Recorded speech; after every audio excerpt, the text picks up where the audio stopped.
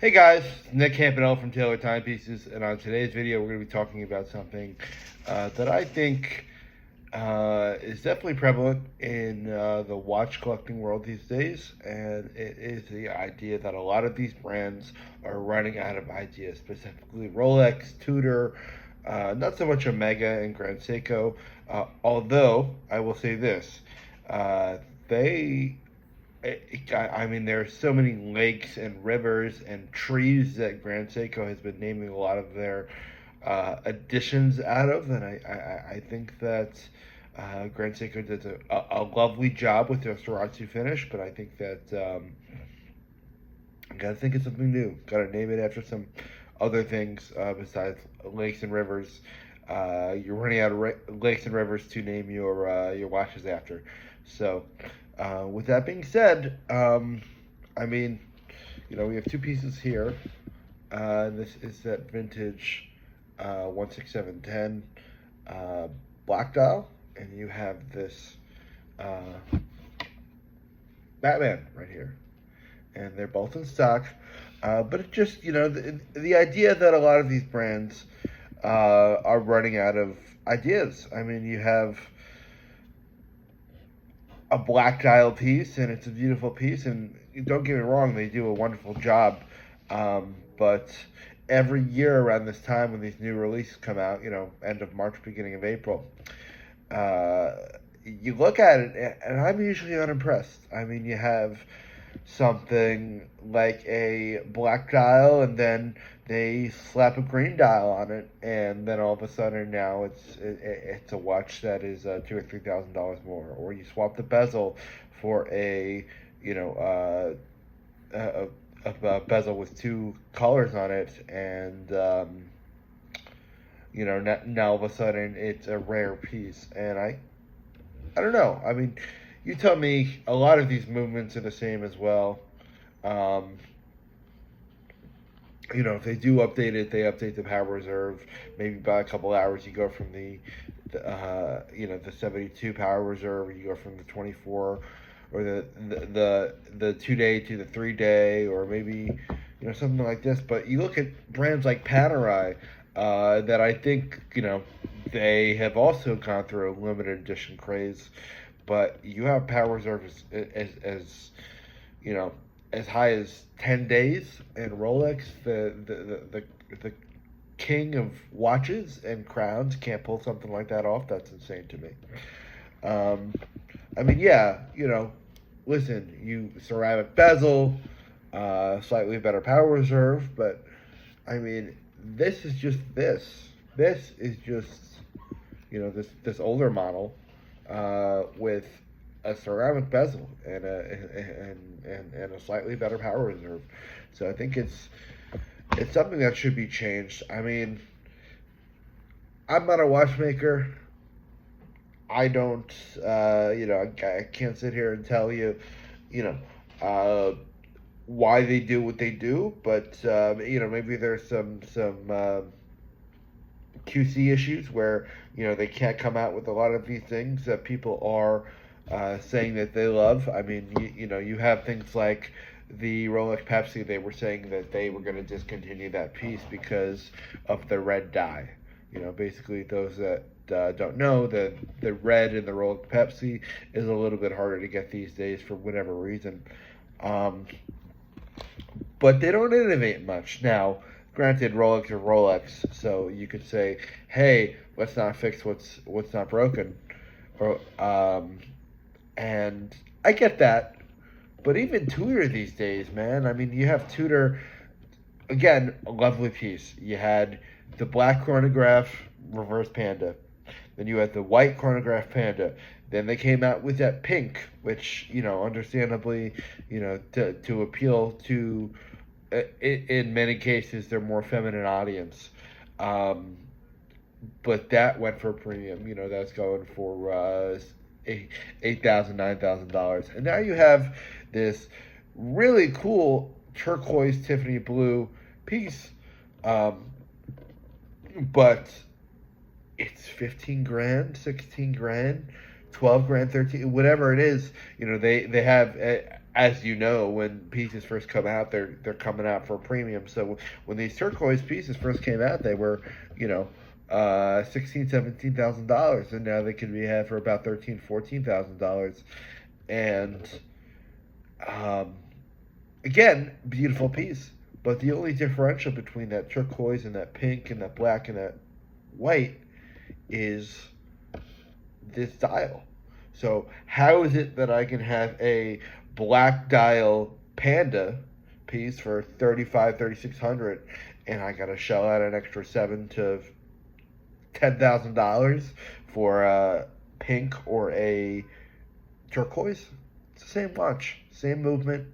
Same, you know, I get it. The dial differential does add a little bit of value. It's like saying, hey, when you look at vintage, dial is so different. I mean, I have this piece here. We recently sold a bubble back yesterday or 2 days ago for about $5,000. This is, of course, you know, also a bubble back, but it has a refinished dial. This is, of course, going to go for less money than something that does not have that refinished dial. And that makes sense. I get that because you're dealing with vintage. But these modern pieces, I don't know. I think their premium is too high. I think they're running out of ideas. My hope is that when these newer pieces come out, when the new releases of 2025 come out, they start doing more interesting things.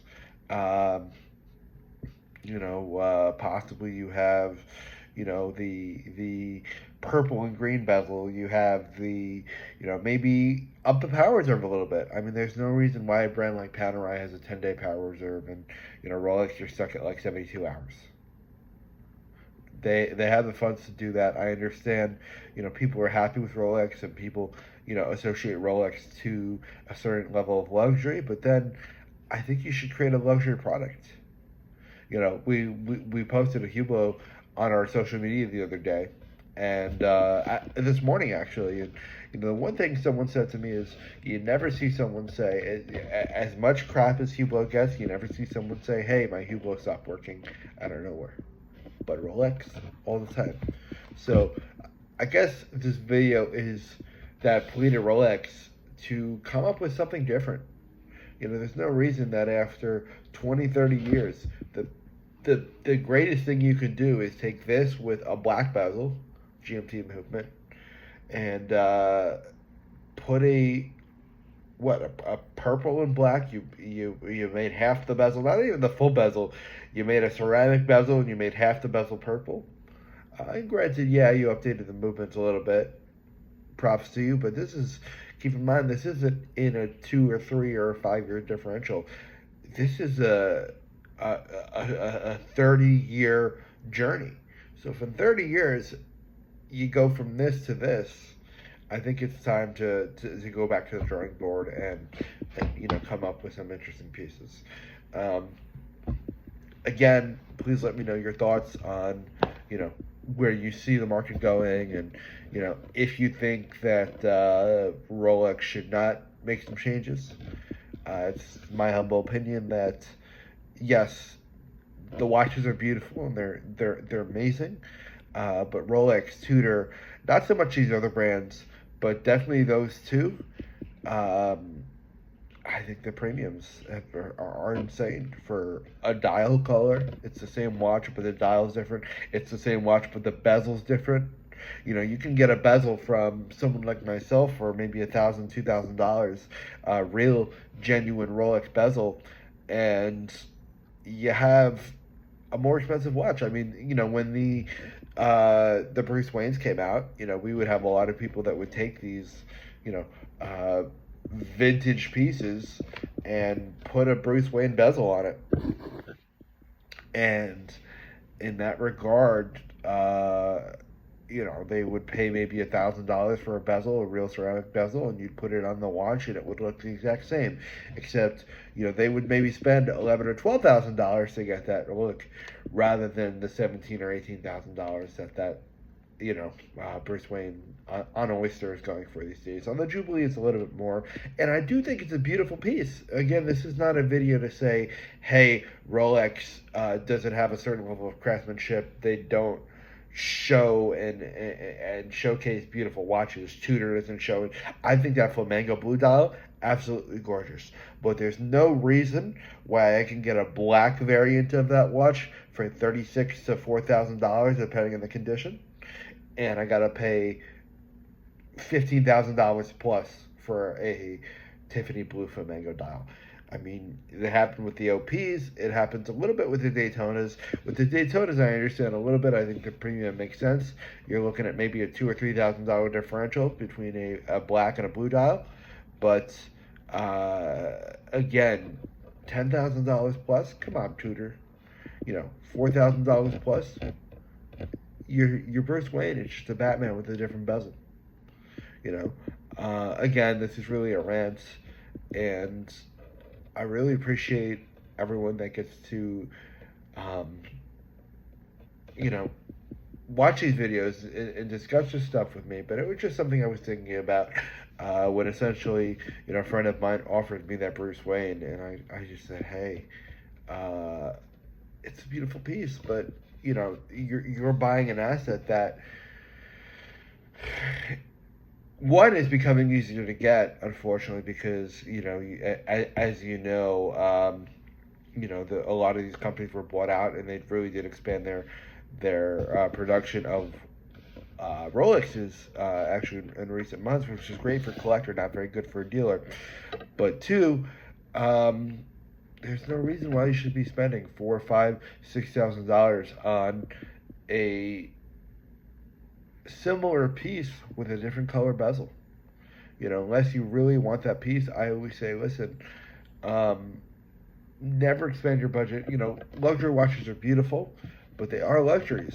So if you have $15,000 to spend, then I would say buy something in the $12,000 to $13,000 range. If you really like that piece, then who am I to say, don't get it? Again, it's actually in my benefit for you to buy that watch, for you to buy that GMT Bruce Wayne, to buy that GMT Batman. But at the end of the day, I don't know if the premium is worth it. I think that they are coming up with some pretty rudimentary changes every year, and it's my hope that this year that they really do better with all the releases that are coming out. And only time can tell. I mean, maybe they come out with something that I say, wow, that's beautiful. As much as people said that the gold Sea Dweller that came out last year wasn't with the blue dial. Yes, it was a little out there, but listen, if you're a guy who has a bigger wrist that wanted a gold piece and you didn't want a Submariner, I think that was a perfect addition to the collection. So more of that, please, and less of this, hey, I took a Batman and maybe I put a green bezel on it. I took a Pepsi and maybe I made a more modern version of the Coke by putting a Coke bezel on it, and now it's a $25,000 watch. Again, this is just my opinion. As a dealer, I hope that you buy as many watches as you can, but as a collector, I think that they can do better. So, I appreciate you watching this video, and I look forward to hearing some responses. Again, Taylor Timepieces on social media, and please check out our website, TaylorTimepieces.com, for all your watch needs. Thanks so much for your time. Bye-bye.